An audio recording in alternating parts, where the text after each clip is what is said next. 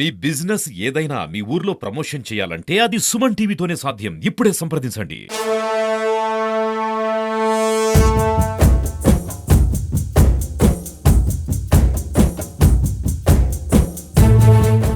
Mahabubabad parliament నియోజకవర్గ స్థాయిలో ఇచ్చేసినటువంటి ఆదివాసీ సంఘాలు, రాజకీయ మేధావి సంఘాలు, మహిళా సంఘాలు, మహాశయ, ఓటర్ మహాశయ,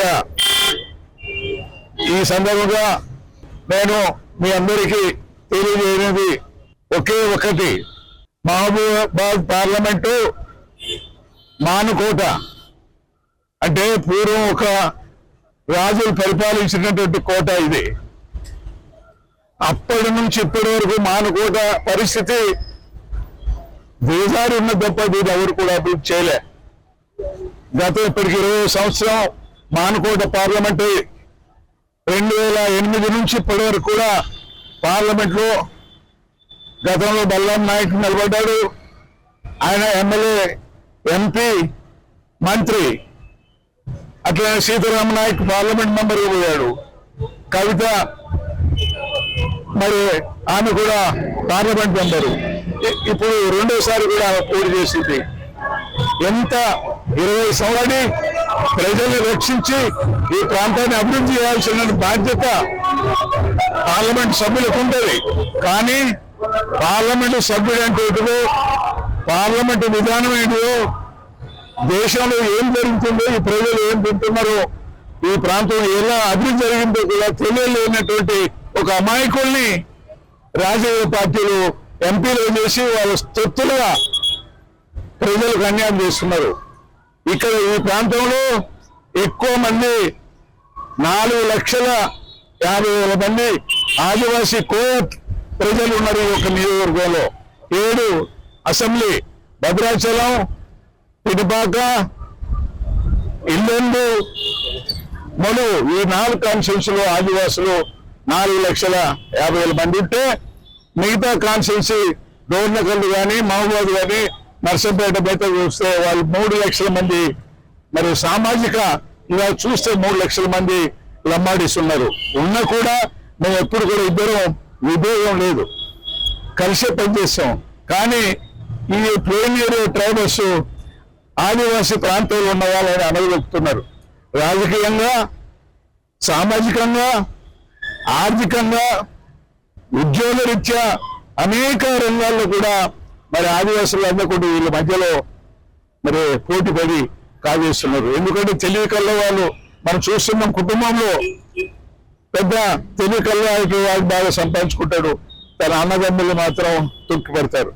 ఆ విధమైన పోరాటం జరిగినా కూడా ఇంతవరకు కూడా వాళ్ళు కన్ను తెలిసి రాజకీయ పార్టీ కూడా సామాజిక న్యాయం చేయలే.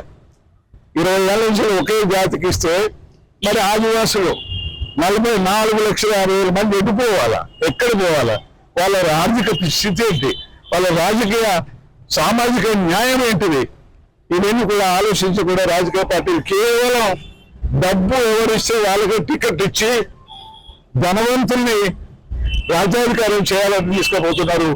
ఇప్పుడు డబ్బు పెట్టినట్టు వాళ్ళకే అన్ని పార్టీలు, రాజకీయ పార్టీలు టికెట్లు ఇచ్చినాయి. బల్లాం నాయక్ 80 కోట్ల రూపాయలు ఖర్చు పెడతానన్నమాట. ఇక కవిత అయితే మీకు తెలుసు, ఎంత పెడుతుంది ఎవరికి అర్థం కాదు. అట్లనే మరి సీతారాం నాయక్ అసలు నిజంగా అమాయకుడు. ఆయన ప్రొఫెసర్ అయితే అసలు రాజకీయంలో వేస్ట్. ఆయన కూడా మా ఇంతవరకు చూడలే ప్రజలు.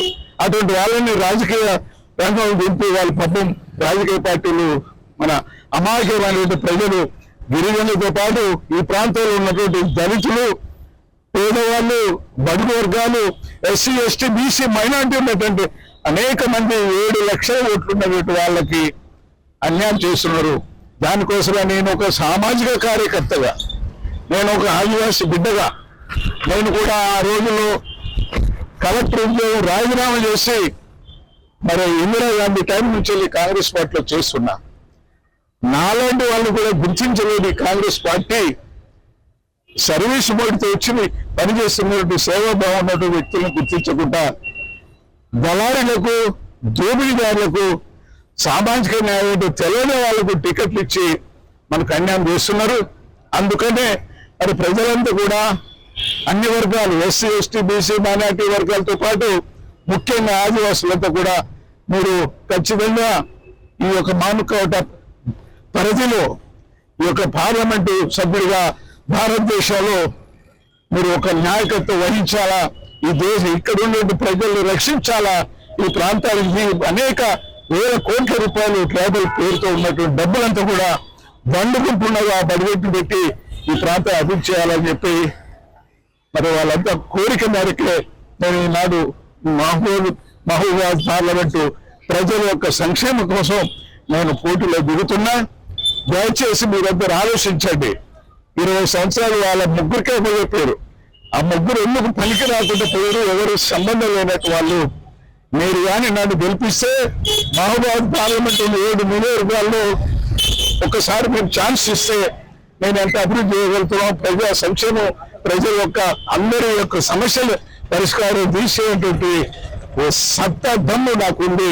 నేనేదో మామూలు వ్యక్తి కావచ్చు మీకు, కానీ ప్రజా సమస్యలు, ప్రజా పోరాటంలో, ఈ ప్రాంత అభివృద్ధిలో అడుగడుగున ఊరూరు తెలిసినటువంటి వ్యక్తి నేను.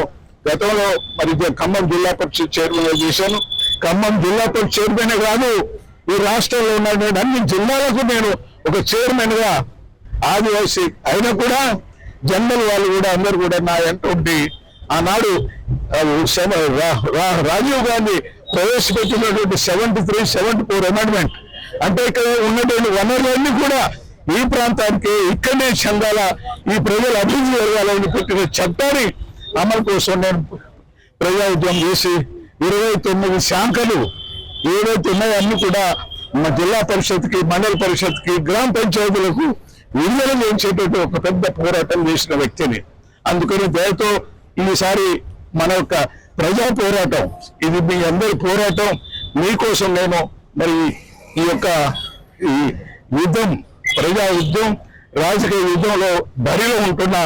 నన్ను మీరందరూ ఆశీర్వదించి ముత్యాలమ్మ గుడి సాక్షిగా చెప్తున్నా, నిజంగా నేను పార్లమెంట్ గెలిస్తే ఢిల్లీలో ఏ ప్రభుత్వం ఇచ్చినా వారిని గల్లబెట్టి అడిగి ప్రాంత ప్రజల సమస్య పరిష్కారం చేస్తానని చెప్పి మనం చేస్తూ సెలవు తీసుకుంటున్నా.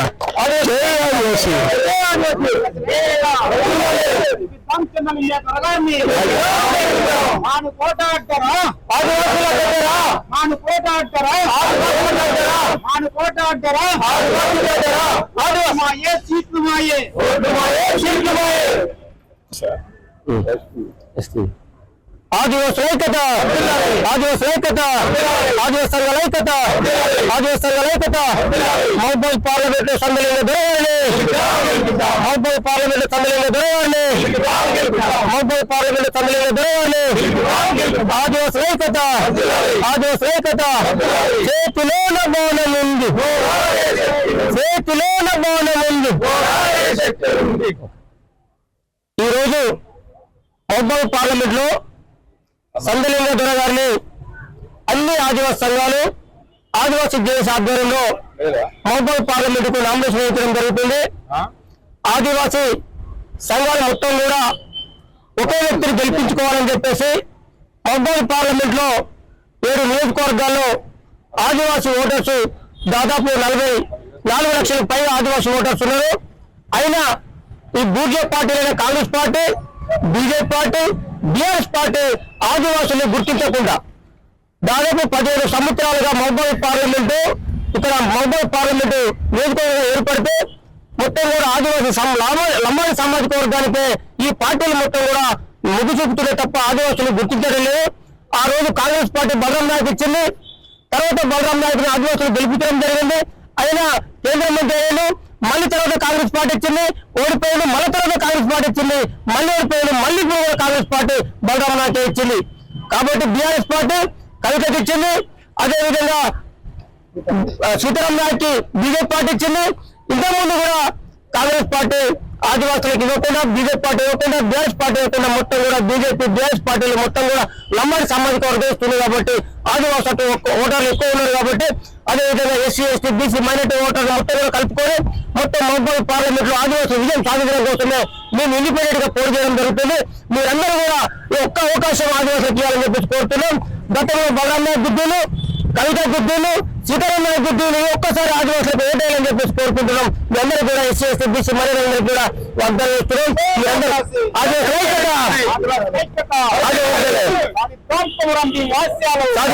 సాధిద్దాం.